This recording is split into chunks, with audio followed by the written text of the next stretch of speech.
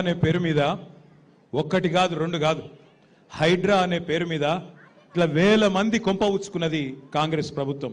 రేపు బోరబండలో మీ గల్లీలోకి బుల్డోజర్ రావద్దు అంటే, ఈ హైడ్రా అనే రాక్షసి మాయం కావాలంటే 11 తారీఖు నాడు దయచేసి నేను మిమ్మల్ని కోరుతున్నా, ఈ 2 ఏళ్ల అరాచక పాలన ఖతం కావాలి అంటే కారు గుర్తు మీద ఓటేసి మాగంటి సునీతమ్మ గెలిపించమని నేను కోరుతా ఉన్నా. మీరు చూస్తున్నారు ఎంతమంది గరీబోళ్ళ కొంప ఉచ్చుకున్నది ఇందిరమ్మ రాజ్యం పేరు మీద ఈ కాంగ్రెస్ ప్రభుత్వం మీ కళ్ళ ముందు మీకే కనబడతా ఉన్నది.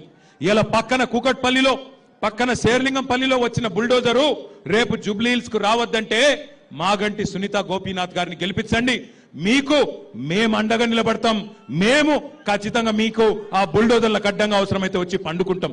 నేను మీకు ఒక మాట ఇస్తున్నా, సునీతమ్మ గురించి మాట్లాడుతున్నారు వాళ్ళు కొంతమంది, ఆడపిల్ల కదా ఆమె ఏం చేస్తుంది, కష్టం వస్తే పోయి చెప్పుకునే సౌలత్ ఉంటుందా ఆడపిల్ల దగ్గరికి అంటున్నారు.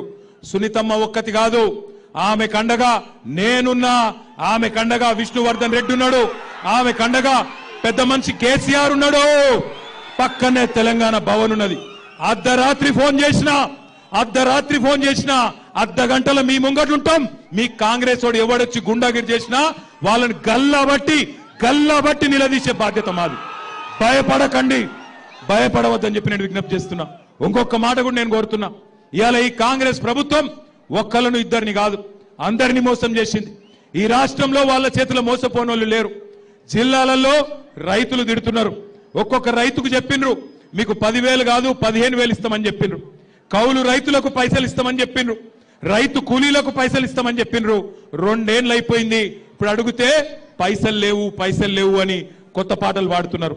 ఆలోచించండి, మీరు ఆలోచించండి.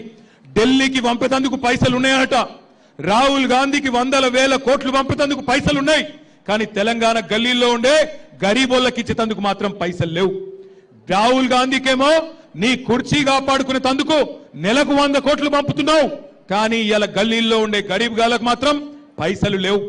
4,000 పెన్షన్ ఇచ్చేందుకు పైసలు లేవు, నెలకు ఆడపిల్లలకు 2,500 ఇచ్చేందుకు పైసలు లేవు, తులం బంగారం ఇచ్చేందుకు పైసలు లేవు.